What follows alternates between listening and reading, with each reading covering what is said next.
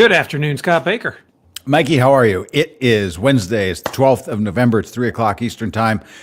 Welcome to everybody watching Lead Better. If you're watching now live, if you're joining us later, talking about today's field note. Today's field note is, I don't have it up. I 1616.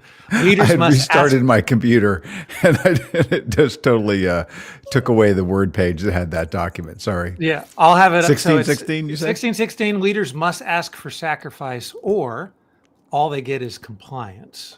And this is also conversation 140 that we've done in this format as well. Dynamite. And that's 140 consecutive days. I missed a couple of them myself, but I think you have been 140 straight days. Congratulations. Yeah. I may miss a couple coming up here in the next couple of weeks, but we'll see. We'll see what we can pull off. So let's. I think we all get the nature here. A leader, we ask our teams to sacrifice, and what does compliance mean? Like, I'll go along with it versus I'm all in, and that's the nature of the field note. Exploring what is required of a leader, what's required of the team, and I think there's a lot in here. But let me just ask you out of the gate: when you hear the word sacrifice, what does that mean to you? How does it feel? Usually, I respond really well to it because it feels like I'm asked to be doing something hard. So, Which you would imply as something important. It's important to me. I like the idea of being challenged to do something difficult. So if someone is going to pose a challenge to me, I might have enough obstinance and defiance in my personality and makeup to be like, I'm definitely doing that, right? And so I think most of the time, sacrifices that are posed to me immediately appeal to my intrinsic motivation. But I think that's just me. I don't think that's everybody. Yeah. Now, do you think that the current sort of online discussion sphere that I guess, what would we call it? The sort of grind kind of community of just like, yeah, you got to get in there and exert your agency and you just have to go and work. Is that what sacrifice is? Is it just working hard over a long period of time? I don't naturally go to that. I usually feel like sacrifice is something where I understand what the norm is. I understand what my current benefit package is. And the sacrifice is going to be, I'm going to lose something that I've already started operating as normative, right? Or I have to give more for no additional immediate benefit. Yes, right. Right. So some of those sprints I don't mind. Like, I don't think of that, what you said, as much of a sacrifice. I certainly understand where it could be in the definition of sacrifice, but I have the tendency to think of it as like sacrificing something that I already have. Some way of being that I'm already used to, letting go that's an expectation is the sacrifice. And maybe I like to define it that way because I'm okay with shuffling expectations on the fly easier than maybe other people are. So maybe that's a self-serving definition for me. Like, that kind of fits my own personality. Because I don't mind, like, because I have the tendency to be very quick with backing up in history, to being like, 100 days ago, I didn't have that even available to me. I've gotten quickly used to that. But if I just back up 100 days, this would be no big deal. Okay, no big deal. Right. So I don't know. Are you the same way? How do you view it? In a way, civilizationally, we should also be going kind of like, well, how was it 100 years ago? Yeah, like, right. Oh, exactly. Things are a lot different now. Yes. Right. So, no, I think actually the going back 100 days or 100 years, I think that's part of what I was feeling when I'm looking into this. Because we think of a leader saying, all right, I got to ask the team to sacrifice. They've either got to work harder or they've got to cut back. Or, here's the goal. Here's where we're going. And I always like to set things in that larger context, that you as a leader this is not just a managerial task, that, the nature of sacrifice is something actually intrinsic to Homo sapiens, right? I mean, it goes back through all of our civilization, the idea of sacrifice as a fundamental sort of transformative concept, because we were the first species that was able to say, okay, if I give up this now for something in the future, then better things happen. That could mean like I killed this animal, and rather than eating it now, I'm going to suppress that and store it or save it, or even more importantly, I'm going to share it with everyone else so that if next month or next year I can't kill something, somebody else will help feed me. That the sacrifice of the way that we do things in our work and our productive elements then are this sort of, it's a bet on the future, and which is a very unique thing, right? Yes. So fast forwards a couple of tens of thousands of years and here we are. And the same thing then applies, which is we can be making personal sacrifices in our own psychological structure. That can be a sacrifice of time. It can also be a sacrifice of attention, meaning at any moment that I'm deciding to focus on a thing, I've decided not to focus on these other things, right? It can be a sacrifice of vice, right? Parts of myself that I know I need to give up in order to be this better person. And so I think all of these things are elements that then feed into why this field note is powerful. Yeah. So that then if a leader is coming to the team, and I like the phrase that the field note uses, a delicate calculus, that the leader is kind of saying, all right, if I ask too much or too soon or too often or for too long, it's not going to actually enhance people's desire to get to the future. It's going to be like, well, I'm going to go get another job. Right. So we have to find the right balance. And maybe you and I can figure out some ways to explain this, to say, well, what is the power for this person that is saying, I'm asking you to make a personal sacrifice for the greater good, the good of the team that will benefit you, we think, or maybe, or we hope. And how do I articulate that? Right. Okay. So I was doing some reading in advance for that might come to some of these things. And there's a study that was done in the 70s by Edward Deci, D-E-C-I. And his laboratory studies in the 1970s really became the most influential theory on cognitive evaluation theory. Like, how is it that we kind of evaluate whether or not your motivations are something that are actually motivating you properly, right? Whether they're intrinsic or extrinsic. So he took a lab of college students and he had them participate. And then there was an 8-minute break in between whatever it was that he was having them do. And there was a magazine or a puzzle on the table. So it was this 3-day study that these people came in for. And they thought the thing that they were doing in the study was the thing, not realizing the break in the middle of the study was the thing. Yeah. So they had them do some kind of mental exercise. Then they took a break, and in that 8 minutes, they were able to read a magazine or play with a puzzle, right? Because they were just out. And so the control group never got any offer to do anything in exchange for playing with the puzzle. But the experimental group on day 1 didn't get anything. Day 2, they were actually offered payment of $1 for every puzzle they solved. And then on day 3, they went back to not offering them anything at all, right? And so against the control group, the people who were the experimental group, they went from, a low rate of playing with the puzzle to a very high rate of playing with the puzzle compared to the control group, to an even lower rate of playing with the puzzle than the control group on day 3.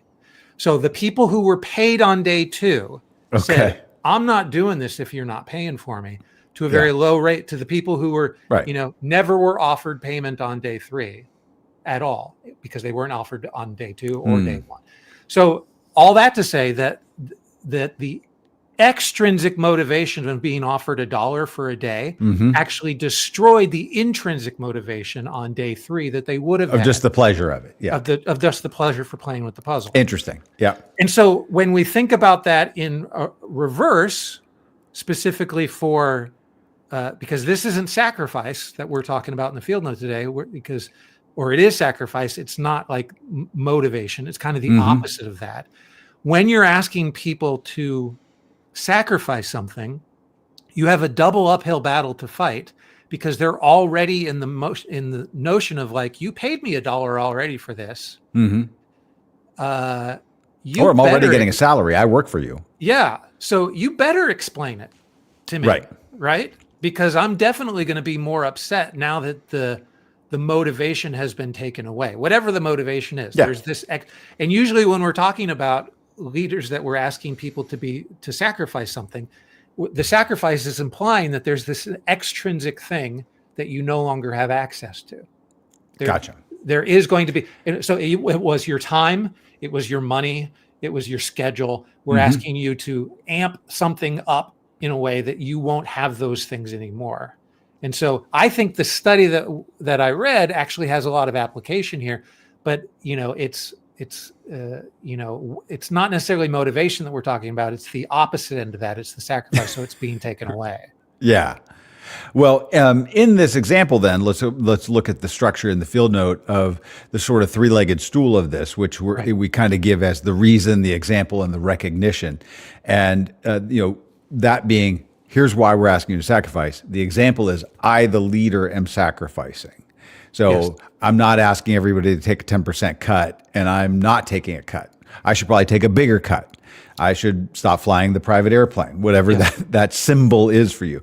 And then the recognition is the idea of when you recognize what sacrifices are being done. This person stayed over the weekend. They went on the extra business trip and to meet the client. When you're recognizing those things, you'll get more of those things, right? Because you're kind of underlining the importance. And that's in this cycle of, let me give you a reason, let me show you by example, let me recognize what's happening, that's your best bet to kind of do this. But we all would say no leader should be asking people to sacrifice for no reason or too often, meaning you will have a suppression of activity. But in this, I also think that it's not just the reason, because we know this from the literature, some of it very popular, Shackleton, and they're like, hey, we got to, if you're going to come on a journey and you probably will die. Right. I mean, but people will sign up. Like if they were announcing a trip to Mars next week and they needed 100 people and there was a 72% chance that nobody would make it, I don't think any of us would be astounded if there were 5,000 people that lined up to be on that trip. As a control group study, though, that is a certain type that you're getting, right? Right. Yeah. Like, those people will not necessarily outfit your space mission very well. Right. Yeah, exactly. Right? Someone would be like, I got nothing left. Here, let's go. Others are like, hey, I'm in for the 28%. I've got a good feeling, that maybe I'll be lucky. And if I don't, I'll be, glorious in history. But think about the fact that I know that we've seen examples in sports and the military. There was a guy I think I read about once in a commander in the British Royal Navy or the Royal Air Force who was like, all right, here's the mission I'm asking you guys to go on. And you do have like about a 41% chance of coming back. Now, when he was actually outlining, here are exactly the risks. I'm not going to sugarcoat it. There's a bit of the Stockdale paradox in there. You can't say a sacrifice and try to be blindly optimistic. But we're going to ask you to sacrifice, but it's going to be great. Yes. We're asking you to sacrifice. And actually, it's pretty murky about whether this is going to work out or not. If it does work out, here's how it would work out. If there are challenges, here what the challenges would look like. Here's, by the way, what disaster would look like and what we're working against.